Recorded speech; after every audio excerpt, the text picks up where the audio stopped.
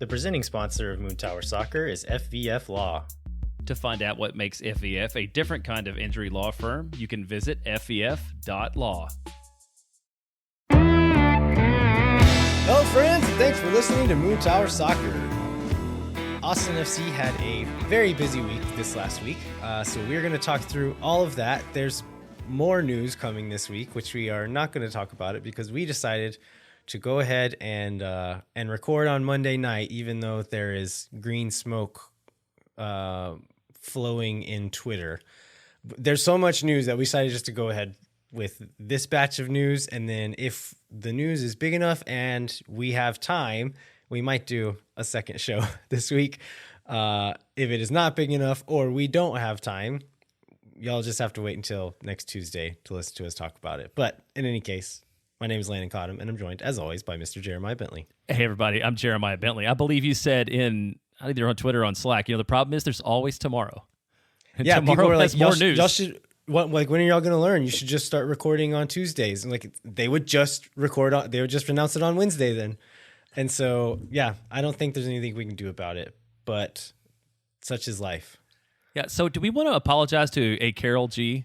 Or yes. Okay, we should do that. I put this on Twitter. I hope she saw it, but I made the claim that Carol G, recording artist Carol G, was engaged to an FC Dallas player. I confused her with another recording artist named Becky G, who is not the same person as Carol G. Becky G is engaged to Sebastian Lletget, and in my tweet I said I wanted to apologize to Carol G because I know she has more self-respect than to be engaged to an FC Dallas player. So, Carol, I apologize. We'd love to have you on the show sometime. Perfect. And I learned that Becky G and Carol G this spring made a reggaeton song together. So if you want to get all of it, you can go check out Miami with 3 E's on the end of it. I'm sure it's amazing. 3 I's. 3 I's on the end of it. So Austin FC players reported to their first training session today. I think they reported on Thursday or Friday for physicals and just kind of checking in at the training center, but this is the first day they're on the pitch. It was open to the media, and a few players and Josh Wolf spoke to the media. Jeremiah, did you get a chance to read Phil's article or watch the video? And B, do you feel like you learned anything from what the players said? No, I didn't get a chance to read the article. I saw all the photos. I think the thing I thought was really interesting that I think is good out of that is there was a lot of media there. And I know when you went to some stuff early last year, maybe, or like the striker guys would go to things early last year, like they were the only media at the event. But it seemed like every TV station had people out there. Like there's a real buzz about Austin FC, which was cool to see. And then we also got the Handsome Boys on the first day of training, which I'm sure got Handsome Boys Modeling Football Club all excited about the players and their new haircuts and everybody been working out during the off season. Yeah, that was the little, just like a very simple video of just guys getting out of their cars and walking into the training center. But it got me really excited, but also it showed a familiar face, and then cuts to, oh yeah, Jossie Zardes is on the team now. And I was like, whoa. And I got excited. I've said this on the show. I'm excited about Jossie Zardes. I know that's not the case for everyone, but I got really excited when I saw him on the screen and ready for this preseason to get started. So what did you learn? You did watch the video, I think, out of what you saw? I did. I think mostly, a lot of the players just kind of talked about how excited they are to be there. This is the first probably extensive thing we've heard from Zardes. He talked for a few minutes to the media and was just saying how excited he is to get in and start learning the system, learning from the other players, how he can fit into it. And so it just kind of confirmed what I felt like we already knew about a player like Zardes, who is a student of the game, wants to learn, and his intelligence is part of why he's good at what he does. And the way he talked about getting acclimated to this team, I think confirmed that part of it. Another thing that I learned that was, maybe we learned it, I'm not sure if we did, but Brad Stuver was talking about Matt Bersano, the new goalkeeper that was brought in. And when he was saying, yeah, it's exciting to have Matt here, it's also exciting to have Eric here. And just said Eric. And I was like, wait, who's Eric? And so I posted this in LV Slack, and Harrison, we'll give him a shout out, but he was doing some internet sleuthing and said that there is a 23-year-old goalkeeper that was playing for LA Galaxy 2, but is currently a free agent. So potentially another goalkeeper in camp trying to earn one of these last spots. May not even be him, maybe a completely different Eric. But I think the best thing that came out of this this little press conference during training today was Josh Wolf mentioned, not even hinted towards, outright said, we continue to look for another center back. And so talking about bringing in Leo Vaisanen, said, I think the plan is for Vaisanen to be the starter. That's why we brought in a guy of his caliber. Kip and Romagna will continue to kind of challenge for minutes and try to work their way up. But then explicitly said, we are still looking for a center back. So with that green smoke in Anthony Precourt's timeline today, do we think that's what it's going to be? Is it going to be a center back, or do you think it's going to be some other position? Well, that's the strange thing about this one is so far this offseason, everything we've seen has been rumored, right? Like there's been a long lead up to that, and we've only got one. I mean, there's this one Turkish center back that we talked about either last week or the week before. That's a possibility. Knowing that I'm going to be wrong by the time anybody listens to the show, I'm going to say that it's not going to be a center back. It's going to be some other depth piece, maybe like on the wing or a fullback, maybe from within the league, and that's who this signing is going to be. Yeah. So the guy you're mentioning was Hassan Kurachai, who there's been nothing else come out about that. Like there's a couple of little rumors on Twitter a couple of weeks ago, and that's been kind of it. Like anything else that's popped up seems to be kind of that same rumor recycling itself. I think there's like fan frenzy around Alexander Collins, which you helped create, by the way. Yeah, I think probably so. But there's been absolutely no reporting that like connecting Collins to Austin FC. I think the latest from like anybody's reporting on that is Boca Juniors is interested. And even that seems like a little bit loose, not a super concrete report. And then that Atlanta United is going after him. So, I mean, it could be him, but like there's been zero linking outside of just internet speculation by people like us. And so I look at the rest of the roster, and I think the spot where depth is actually still needed is on the wing. If you look behind Diego Fagundes, there's just not a lot there right now. And I guess do we have something about Rodney in the show notes here? Let's go ahead and talk about Rodney here while we're on the subject. So Rodney Redes, there's been some stuff on Twitter over the last few weeks about him potentially going to, is it Olympia? Is that what the team is called? Right, that's Paraguay? The one. Yep. That seems to have resurfaced. Again, not a lot of concrete reporting, but a lot of like a guy who knows a guy has heard that something's going on, right? Yeah. And from multiple places. I feel like it's not, unlike the other one you're just talking about, I don't feel like it's the same rumor being recycled over and over again, that it's like coming from different sources at least. Right. And there's like, yeah, it seems to be like people in Paraguay and people here are talking about it almost separately. It's not the tweet cycle happening here. So, I mean, that would free up a roster spot to fill another winger in. So, yeah, who knows? Well, again, you all know by the time you listen to this, most likely. But those kind of seem to be the spots where there do need to be some reinforcing. Well, let's talk about, you mentioned his name. Let's talk about one of the players in. This is, again, I think this announcement came out on Tuesday after we'd speculated that Clement Diop might be coming to Austin. That is Matt Bersano. So he joins Austin on a 2-year contract through the end of 24 with a club option for 25. He played for the San Jose Earthquakes from 27 through 2022, which means he was a backup of Andrew Tarbell probably at some point.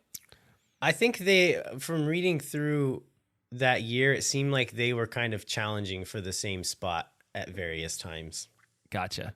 Gotcha. Okay, so he spent 3 seasons with Reno, 1868 of the USL, 2017, 2018, 2019, and then with the Earthquakes 2021, 22. I mean, I don't know a lot about him. Did you watch anything on him? No, and like I don't know that much about goalkeeping anyway, so I don't know how much it would have helped. But it seems to be like the profile that you want in a backup keeper, like a guy who has started games, who has looked okay in the MLS minutes he's gotten, but is not going to be upset sitting behind one of the best keepers in the league. Yeah, and that's the important part of this. You're not bringing in somebody to compete because there's no competition at all.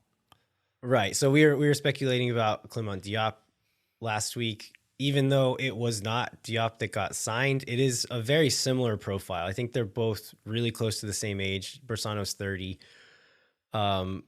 Guys who are kind of settled into, or like probably have accepted that they're not going to be the starter for an MLS team at this point in time.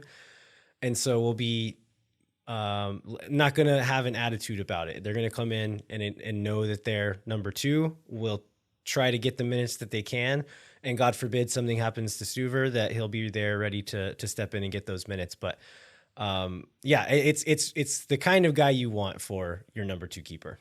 Yeah, and I think the other thing that some people I don't like Damian Loss, and that was sort of the discussion online last week, was what does this signing mean for Damian Loss? I think it means he's going to get to play a lot of minutes at Austin FC too, which is probably what you need out of your 20 or maybe 21-year-old goalkeeper with some potential right now. Yeah, not having a second team and injuries have prevented a lot of guys like Damian Loss playing for Austin FC over the last couple of years. It's prevented them from getting real minutes and probably has slowed down their improvement and their progression as a player.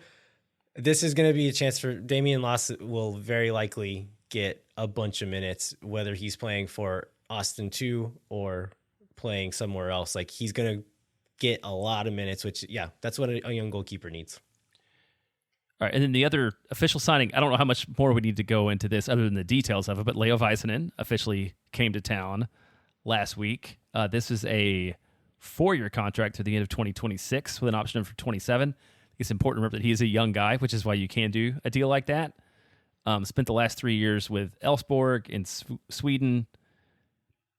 4 goals and 4 assists. But yeah, he's only 25, which I think is a good thing.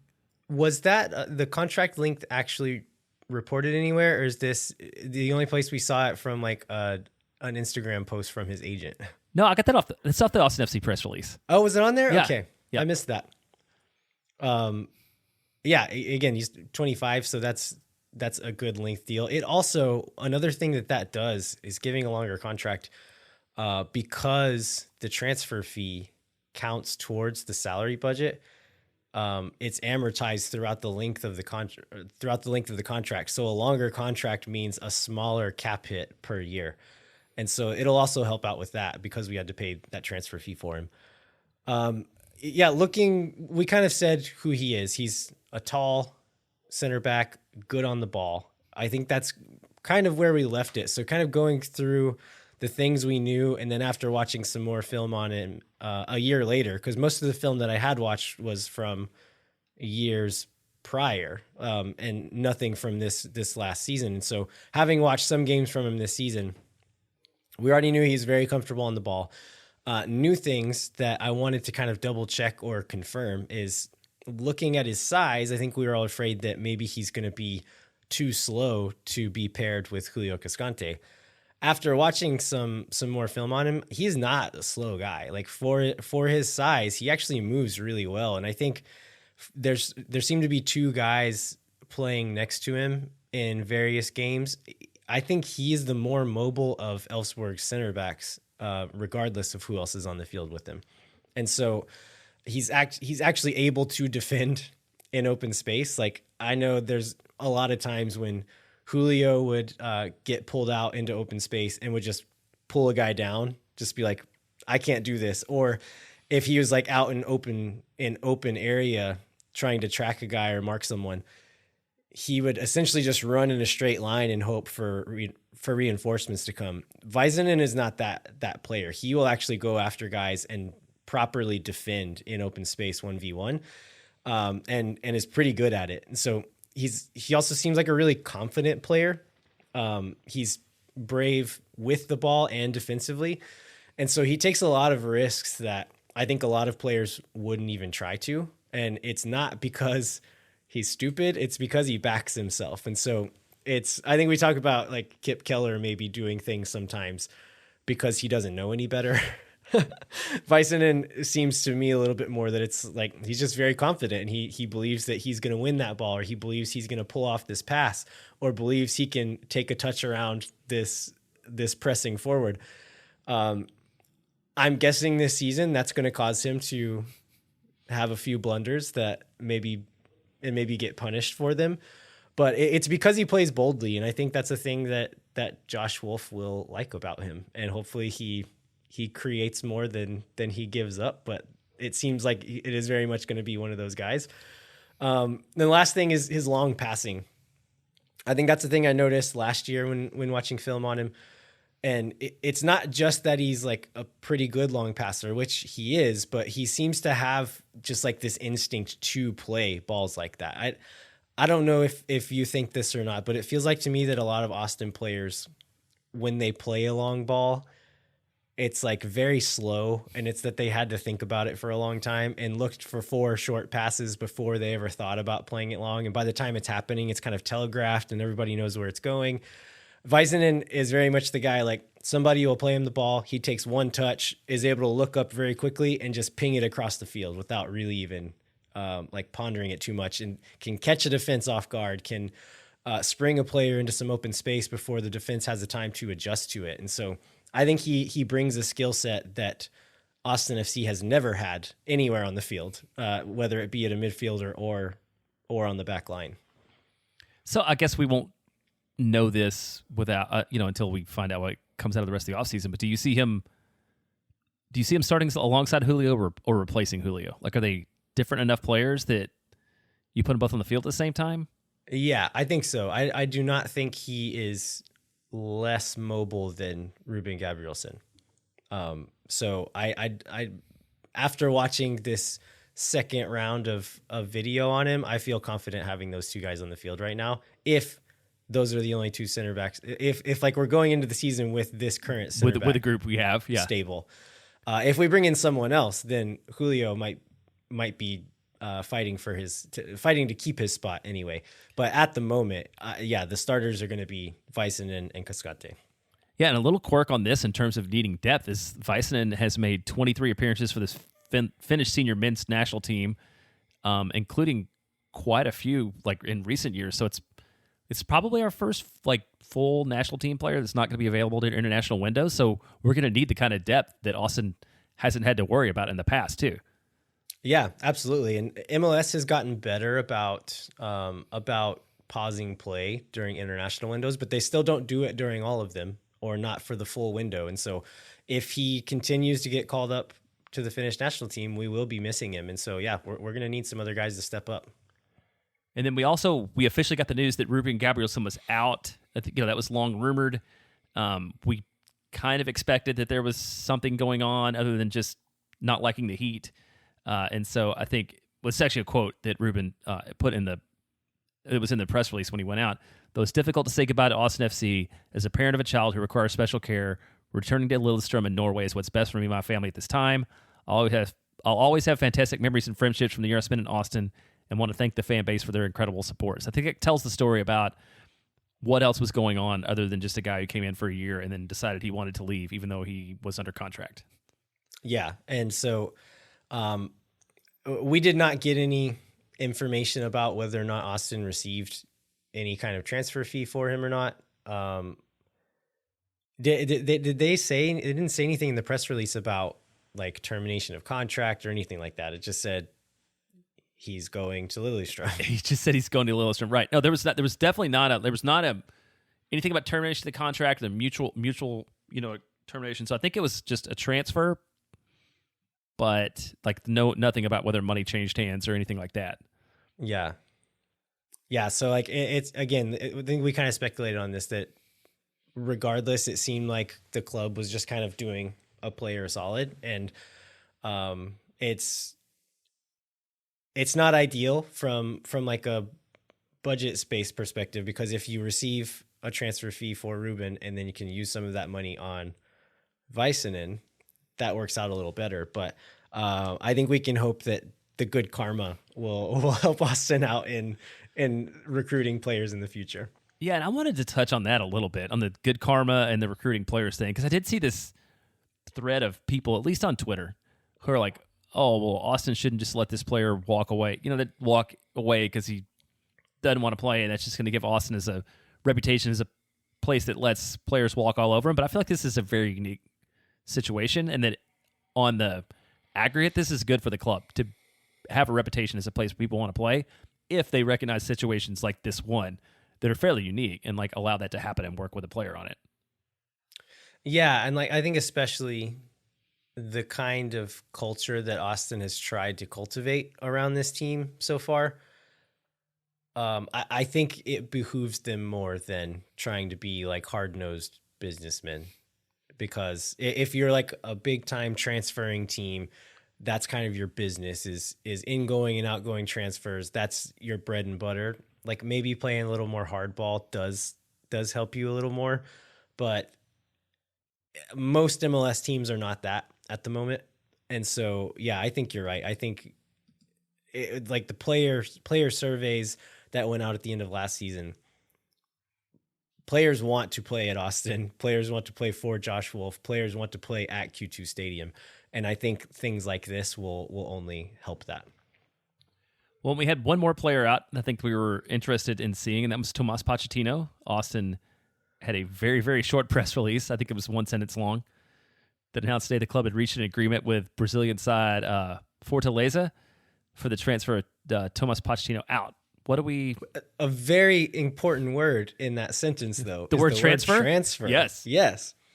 And so that one was very short. If you looked at Fortaleza's release, it also said something to... It had more information. It said that they had acquired 80% of the rights to Tomas Pochettino. And so this seems to be the way that this kind of thing gets reported in South America, is like percentage of rights. Essentially what that means is Austin retains a 20% sell-on for Tomas Pochettino of any future transfer fees. And so my guess, I mean, it's like, that's a huge deal that this isn't just kicking the can down the road another year, right? It's a proper transfer. He is off the books. So we're not going to have to worry about having too many DPs or not having enough allocation money to fit him back into the roster if he, for whatever reason, does have to come back after this year. That's not a risk anymore. He's gone. He's belongs to Fortaleza.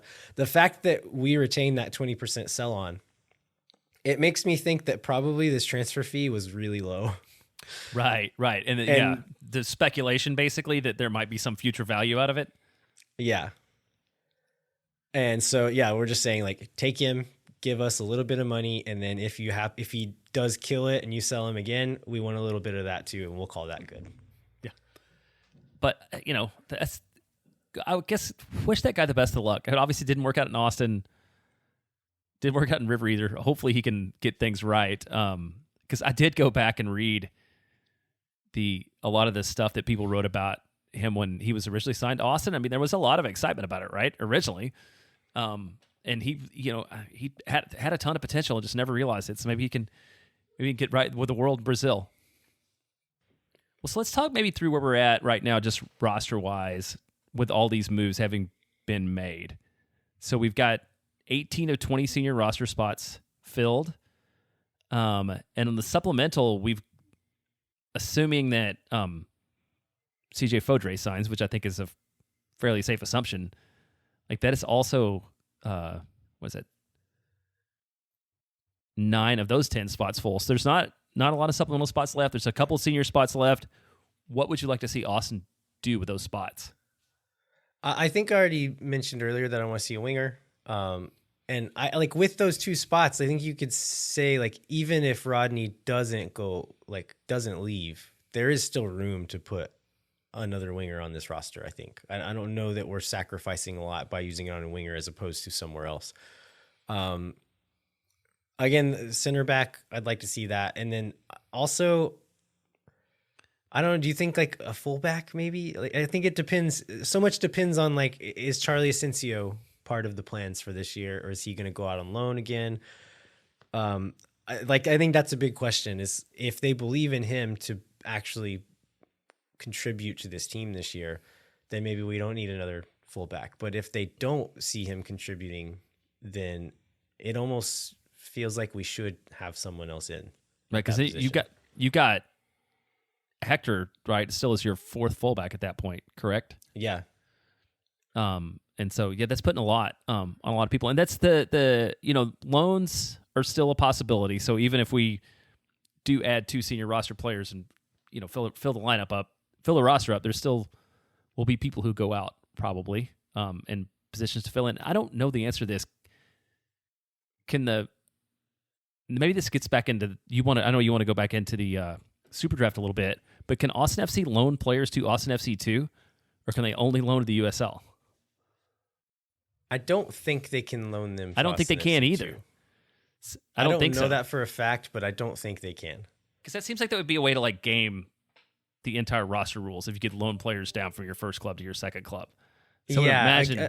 I think I said on this show last week, if you're ever asked, like questioning whether or not something is allowed, if it would allow a team to spend more money than another team wants to, then it's probably not allowed. And this would allow a team to spend a bunch of money. And if a guy doesn't work out, loan him to the 2 team and buy someone else to fill his roster spot. So I don't think that would be allowed.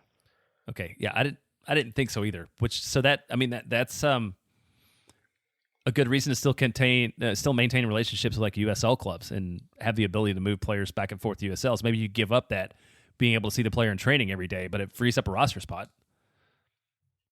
Yeah, so mentioning the super draft, I know we recorded a show the day of the draft, whenever it happened, and then had like a little break for the holidays. And so I wanted to be able to watch a little bit of video on these guys and come back and properly talk about some of them. So Jackson Walty was the 3rd pick, also at Pitt. He played at Pitt with Noel Valentin. I think I was probably a little bit dismissive of him on that show just because of the number he was picked at.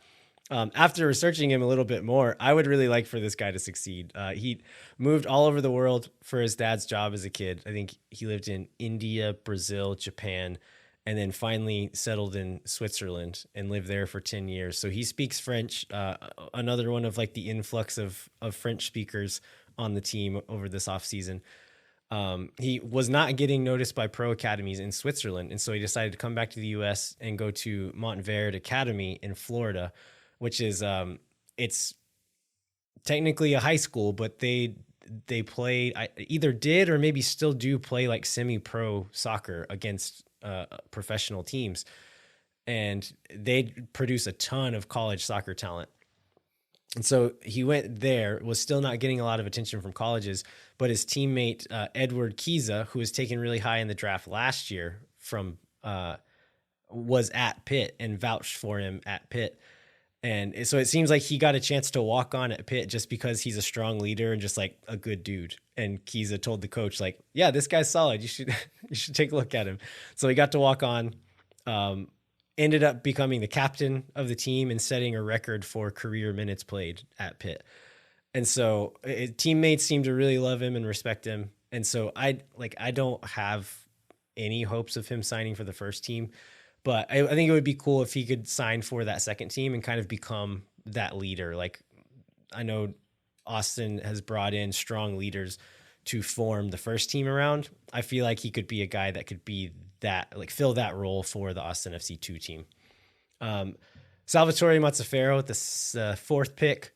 I watched some video on him. He reminds me a little bit of Ben Sweat in that he's like decent at everything, but not really a standout at anything.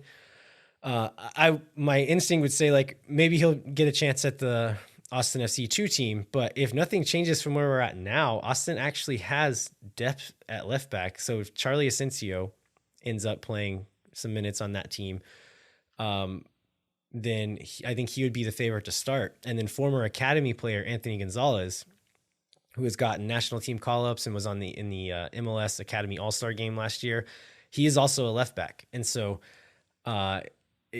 Mazzaferro might be challenging, like might have to fight to even get a look to sign for the Austin FC 2 team, much less the first team. Going back to the first two picks, so we did talk quite a bit about, I was trying to think of people who knew a bit about these guys and was thinking Devin Kerr, who was on the draft show. So anybody who watched the draft, you would recognize Andrew Wiebe and Matt Doyle were on it. But the third guy on there was Devin Kerr, who is a broadcaster, calls a lot of college soccer games. I sent him a DM just saying like, hey, what do you think about Valentin Noel? And do you think like he's actually a striker? And Devin was kind enough to jump on the phone with me and actually talk through some of this stuff and share his vast knowledge of the college game with me.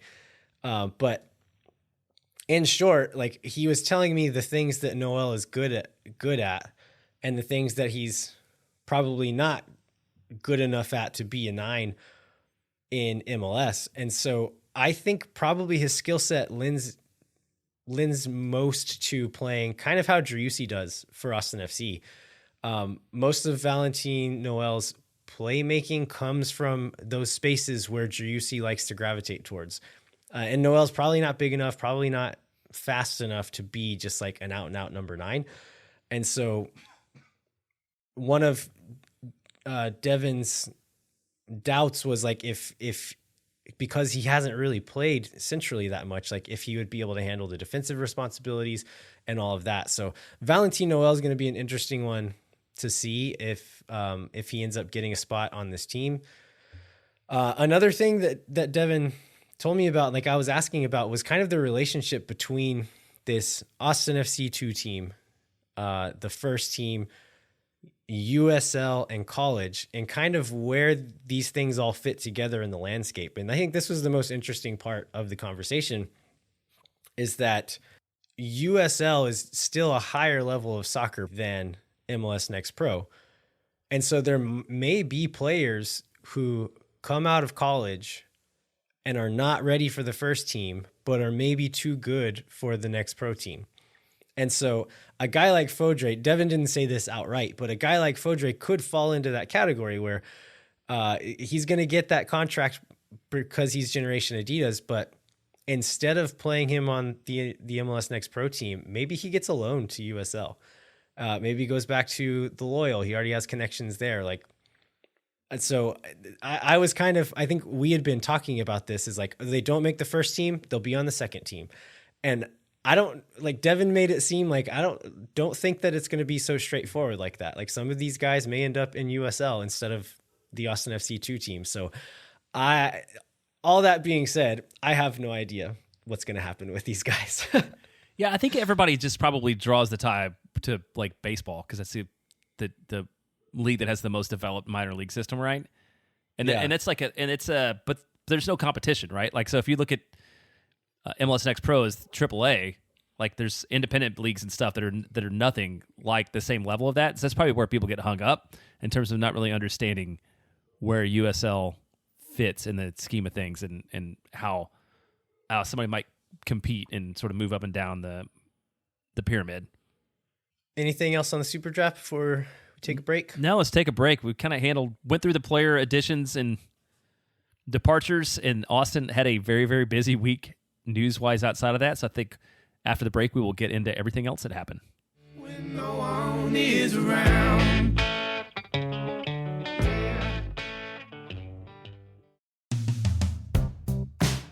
Moontower Soccer is brought to you by Sage Wilson Property Group.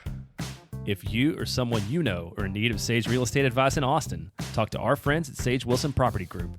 You can find Sage Wilson Property Group at sagewilson.com. And as always, Moontower Soccer is brought to you by our friends at FVF Law, the official injury lawyers of Austin FC. FVF is a different kind of personal injury law firm dedicated to community, transparency, and client education. You can go to fvf.law to find out what makes FVF a different kind of injury law firm and why understanding your legal options can dramatically change the outcome of a case. Once again, that's fvf.law. All right, we are back with the remaining Austin FC team news of last week. Just a couple of days ago, what is that account called? Footy Headlines? Yes. They posted a picture of exactly what the 2023 Austin FC home kits look like, right?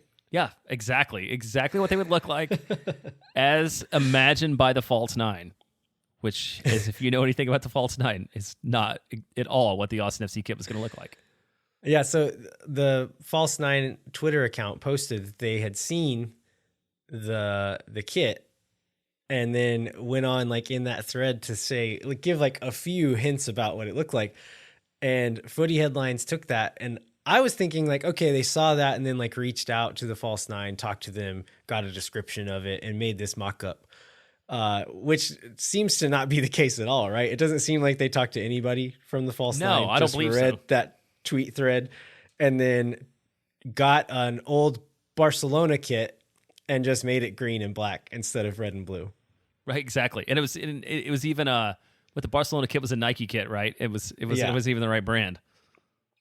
Yeah, so if you see that on Twitter, know that that is almost certainly not what the shirt is going to look like, other than that it's green and black and probably has some stripes on it. Probably has stripes. Well, people always post concept kits online. I feel like I see a ton of them all over social media. Like, how do you feel about them? I don't get it. It's not like something I spend a lot of my time thinking about. Yeah, I mean, I get why people do it. I used to have a lot of fun in like Madden football games, like creating teams. And we used to be able to like create a team and design their uniforms and stuff. I really like doing stuff like that. So I understand the appeal, but I guess I also know that like whatever I make is not going to have any effect on what the real one looks like. Yeah, and you'd ultimately know, like, when people always get really super creative and out there on that stuff, and there's not been a lot of history, particularly with Adidas MLS kits, that anything is going to look anything like that. Do we know any more about when we might see the actual kit? It seems like maybe late January seems to be. I mean, it seems like that would be the latest they really could put them out, right? Like, you want to have them on sale a few weeks at least before the season starts. So yeah, we've still not gotten any real concrete information, but you'd have to think by then at the very latest. I think one other thing that came up, it came up because practice started today, but there was a video last night. Sebastian Driussi is officially number 10, which is particularly meaningful given where he's from. But I thought that was a cool way to throw that little video together and do that. Yeah, it really was. And people were saying that it was, I guess, noted that it was kind of weird that it came out on a Sunday night, but media was invited to training today. And so everyone was going to see the numbers on their training kits. And so I think that's probably why they did it then. I don't know. I've said on the show that like, I don't care much about like the traditional numbers, and I almost prefer the weird numbers. And so I honestly prefer number 25 Driussi to number 10 Driussi. But if the number 10 is important to anybody, it's important to Argentinian creative midfielders. And like, if anybody on the team is going to have it, like, it should be Driussi. And I think like this is the best way someone can get that number, is to come onto a team, absolutely destroy the league, and then be given that number as a reward almost. Yeah, and I think if anybody was going to make a comment on that number and say that getting that number will make that person even more obnoxious, Danny Pereira's comment on the Instagram post was perfect. I think that's generally what he said, right? Something about like, this will make you even more annoying or more more disagreeable or whatever with it, which was just a beautiful response from Danny to like a really special moment probably for Driussi. Yeah, so I know last year when Rigoni was signed, he was saying that he was going to take number 10 and then said it was not available for whatever reason. And so, and then the club gave him some other number and he said he didn't like it. And so he ended up sticking with 77, which is what he was wearing in Brazil. And so it looks like now he will be wearing number 7, which is what Driussi had last season. Justy Zardes is wearing number 9, which is something I was keeping an eye on because looking back, he has only ever worn the number 9 for the national team. He's not worn it at any club stop. I think he was 11 and maybe 39, some weird number, but it was those two at all of his MLS clubs. It was one of those two numbers. And so I was curious if he would try to pick one of the weird ones again, or if he would take 9 because it was available, because that was Houston's number. But yeah, Zarda's going to be 9. So it seems like the numbers on the team are getting more and more traditional with each year. I was going to say that they are slowly conforming at this point now, right? We've got a 9. Yeah, we've got 6, 7, 8, 9 sort of playing in the roles as you usually see. 10 also like in a traditional role. So yeah, there's other than there's like a lot of random numbers in the teens, I think, right? Because so Gallagher, Cascante, Diego is a number in the teens. But yeah, there's not a lot of crazy numbers out there anymore. What number was Ruben was number 4? Yes. So that's the number Vaisanen wears with the Finnish national team. I think he was number 15 for Elfsborg, but I think he wore 4 for the national team. So maybe he slides in and just takes that number over from Ruben. I think that's another thing. We probably should have mentioned it earlier, but we don't know when Vaisanen's going to get here, right? Right. That the press release, that was the part where it didn't read out of that, said it was pending his P1 visa. And Ruben, we went back and looked. Last year, it was about 3 weeks between the announcement of the signing and when he made it in, which was like the night of the friendly, I think, right? The preseason friendly or something like that. Because I can't remember something on TV. I think maybe the night before the first MLS game, because he did not play in the first 2 MLS games. That's right. So luckily Vaisanen signed a little bit earlier in January than Ruben did. So there's a little bit of an opportunity that maybe 3 weeks from today would be first week in February. Maybe he makes it in time to be there and get a little bit of practice time before playing in the first match. Yeah. If it takes the same amount of time, luckily we got a bit of a head start on it, as opposed to with having to push it pretty tight with Ruben. So yeah, we'll see. Like we always said, we have no idea what immigration laws or offices will do in a given situation. So hopefully he's here sooner rather than later. So Austin FC, we've mentioned this several times. There was a lot of news last week, and I feel like maybe the club was trying to distract away from a piece of news that we will get into. I think probably it's the last topic of the show. But one of the other things was on Tuesday, they announced changes to technical staff, and that was that Nolan Sheldon, who was an assistant coach in 2021 and 2022, has moved to the role of technical advisor, and will work with making sure that the academy, first team, second team, all sort of are aligned on philosophy and methodology, which is an important thing in terms of like building a project and a program that are all connected. And he will be replaced by Terry Boss, who joined as the first team assistant coach after being the men's soccer head coach at Oregon State. He was the Pac-12 coach of the year in 2018 and 2021. Coach Sofian Jafal, who Austin recently acquired, when he was a college coach, and apparently has a really good reputation from what I've heard from people who know a little bit about men's college soccer, which is not that deep of a pool of people. Yeah, it seems that he does. And like, this is not an uncommon route in U.S. soccer. It seems like a lot of the current best coaches in the league or current best U.S. coaches, a lot of them did coach in college for a bit. And so, yeah, I think he's only 41 years old. And so this is kind of seems to be like a step up in his career as far as what level he's coaching at, but seems to be well respected at Oregon State. And as far as Nolan Sheldon's move, he was one of the assistant coaches alongside Rodrigo Rios and Davey Arnaud. And so I think that makes a lot of sense as well, having someone who is already very familiar with the first team, how Wolf wants to play, to be able to kind of to like homogenize the system in that way and make sure that like that link from the lowest levels to the highest levels is happening all the way through. So we don't know a ton about what these guys do or how good they actually are at it, because we just don't get to see inside that world very often. But it's good to see that it seems like Austin is like thinking about these things strategically and not just grabbing guys that are available from wherever. It's like oh, is there like an academy around town that we can pick a coach up from? Okay, you'll do. Like, I think that's the way a lot of MLS clubs have operated for a long time. And it seems like Austin is being a bit more ambitious in that with these kinds of signings. So hopefully that's good. And hopefully that bears some fruit for Austin FC going forward. Yeah. And then we've talked about preseason schedule. It's a little bit different this year. I think last year there was a rumor that everybody was going to go to Florida, and then I think COVID or Arizona or somewhere, and then COVID kind of blew it all up. This year, Austin's going to have a 7-week preseason. Austin will play at least 4 preseason matches, so that leads one to believe that there may be other matches that have yet to be announced. Start at St. David's Performance Center, which is where they are now. Then they will travel to Florida to the IMG Academy. They will be in Florida from January 16th to 27th. IMG on the first 6 days, 5 days in Orlando. So their first 2 preseason matches are in Florida against Philadelphia Union and FC Cincinnati. Then they will play on February 4th against El Paso Locomotive back at St. David's Performance Center. February 11th against Louisville City FC at St. David's Performance Center.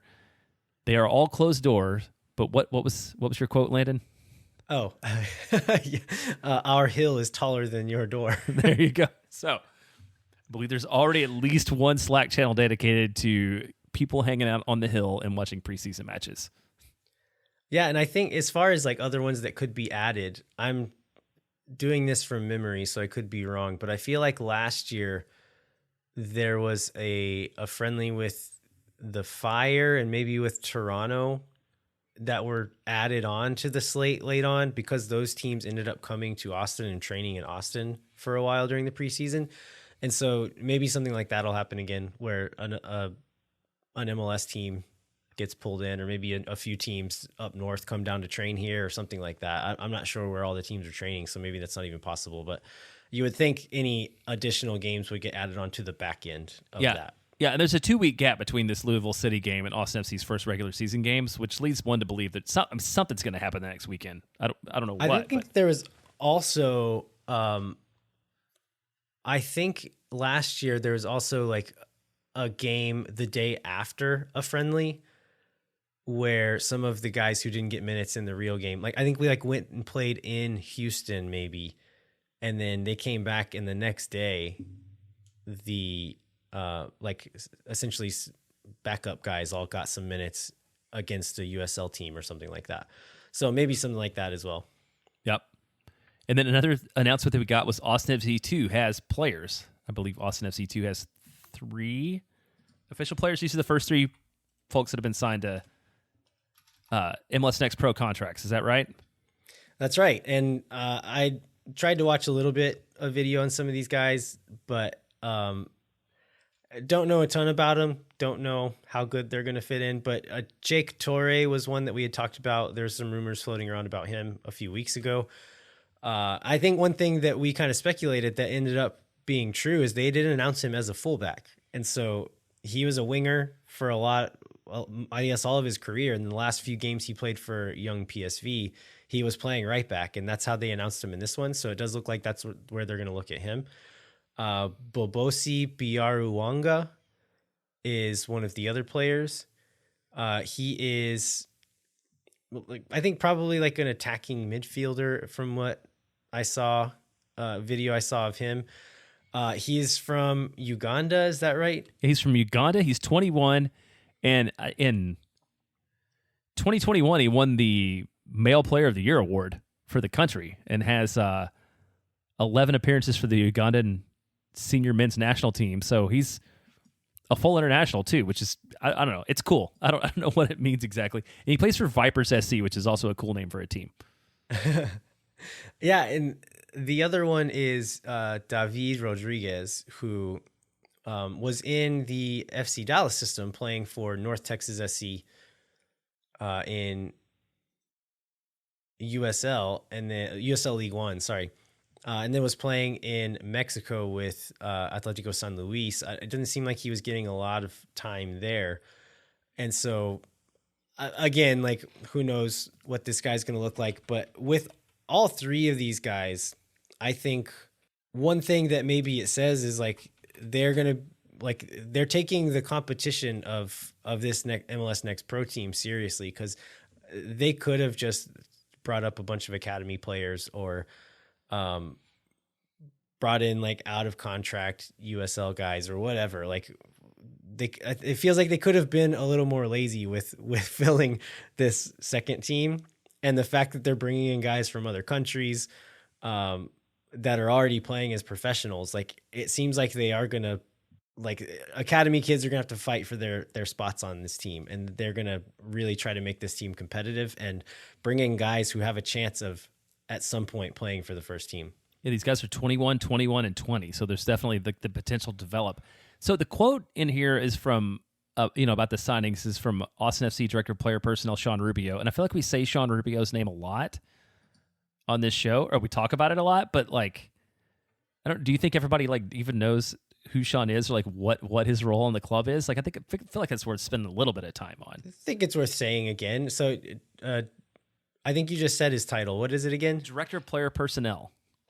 Yeah. And so I don't know that we know exactly all that he does, but he's very much involved in the roster building side of the team. And so like the stuff that Claudio Reyna is in the end the decision maker on and kind of in charge of that part of building the club, Sean Rubio is very much a part of that process as well, as far as working with the scouts, looking at academy players and seeing which ones are going to be ready to move up to various levels throughout the club. So he seems to be one of the people tapped to build this MLS Next Pro team.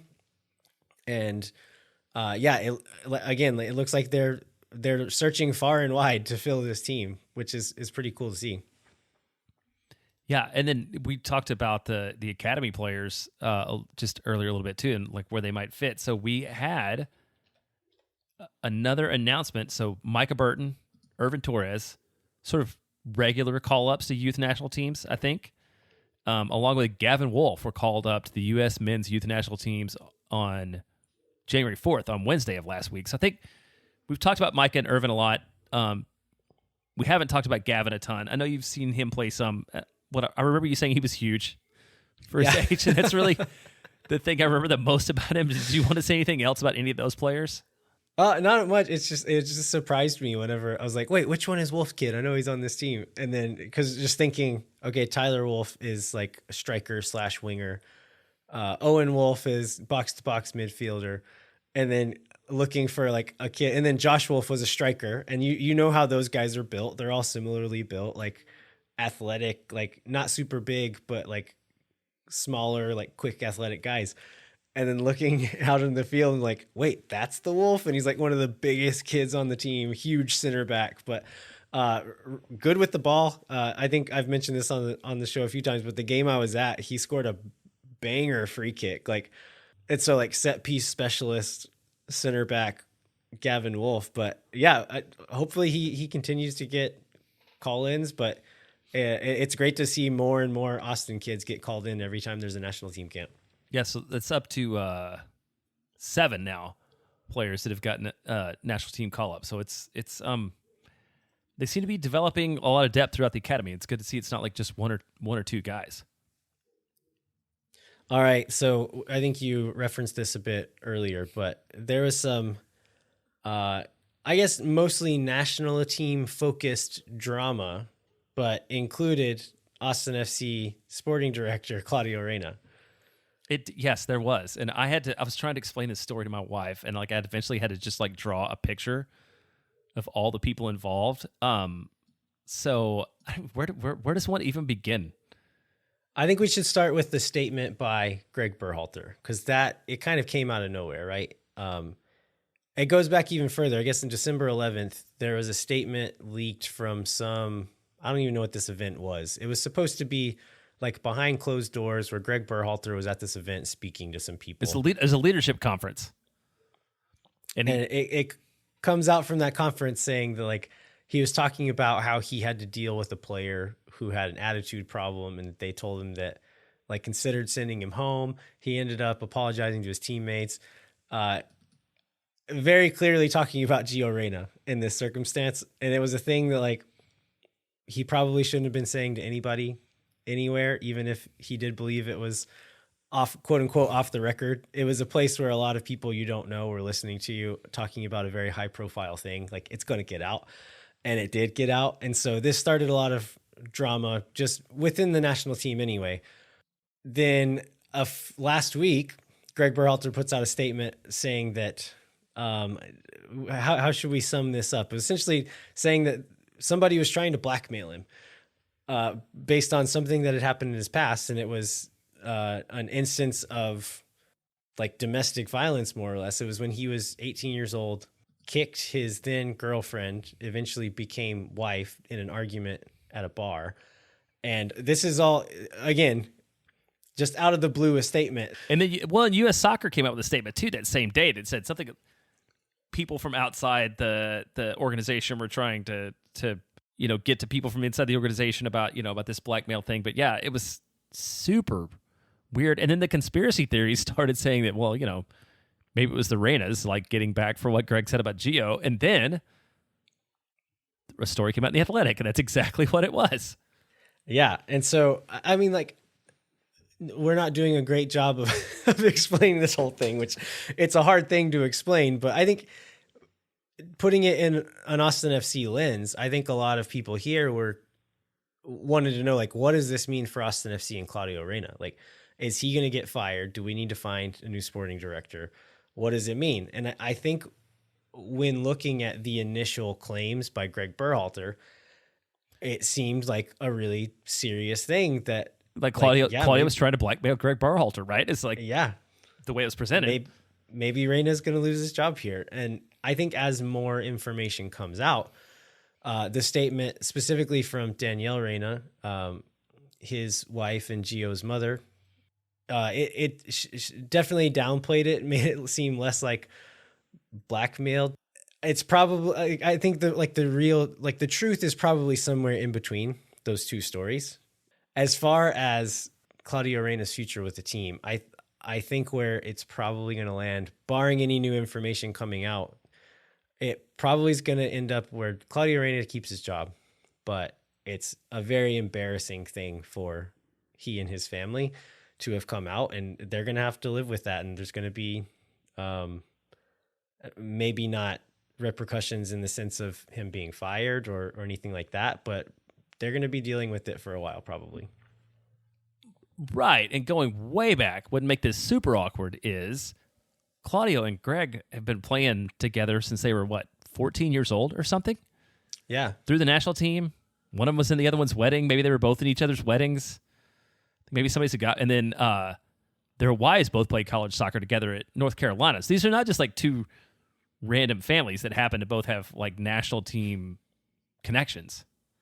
Yeah, and also, like, it's not Danielle Reyna going out of her way to talk to the sporting director for U.S. Soccer specifically. It's like, oh, it's Ernie, who I've known since I was 18. Like, it's all very complicated, and I think it's maybe part of the issue with U.S. Soccer at the moment is that all these people have been friends since they were kids, which is maybe not the best thing in situations like this. Yeah, that's the thing that we talked about off mic, and I guess that's maybe the other Austin FC connection to that is Josh Wolf is very much a part of that group of people who have been like, that late 90s, early 2000s U.S. men's national team that basically runs the whole organization from the coach to the front office to the players to to everybody else.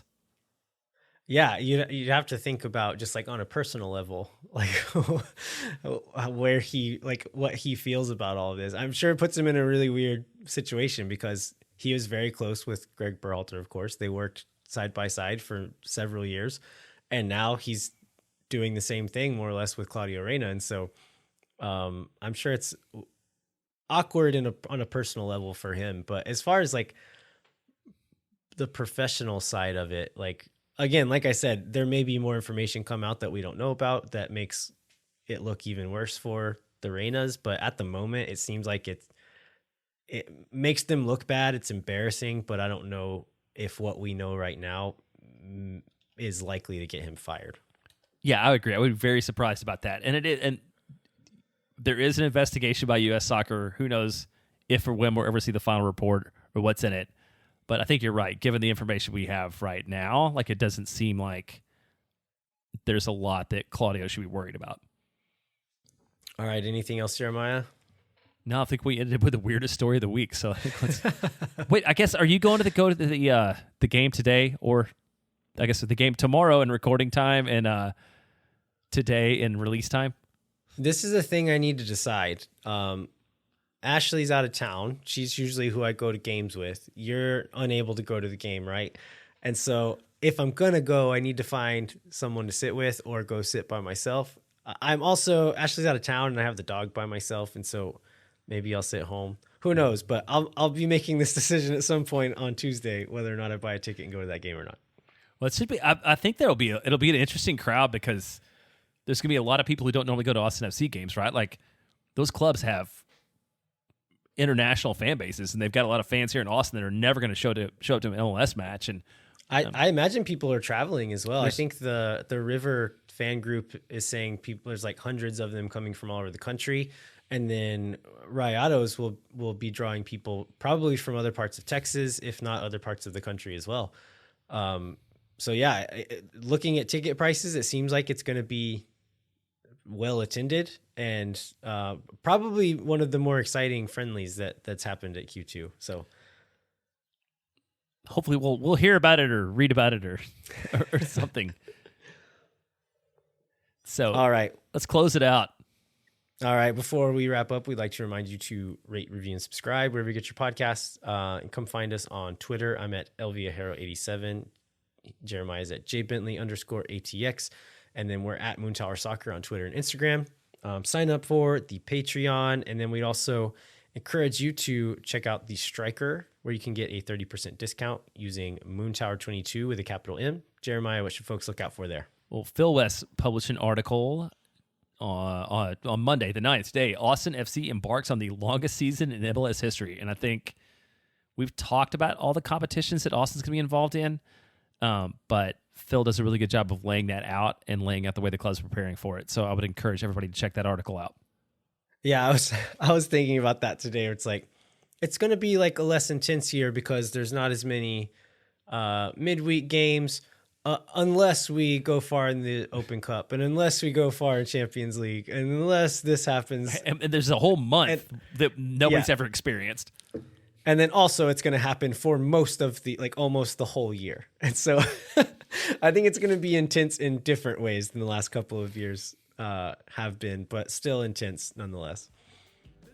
All right. Well, thanks so much for listening. We will be back in 1 week with another episode of Moon Tower Soccer. Until then, I'm Landon Cottom. I'm Jeremiah Bentley. We'll catch you next time.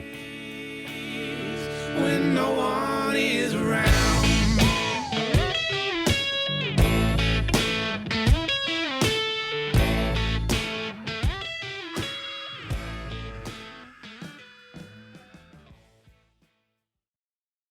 Thank for nothing, you never. La gente Oh my God.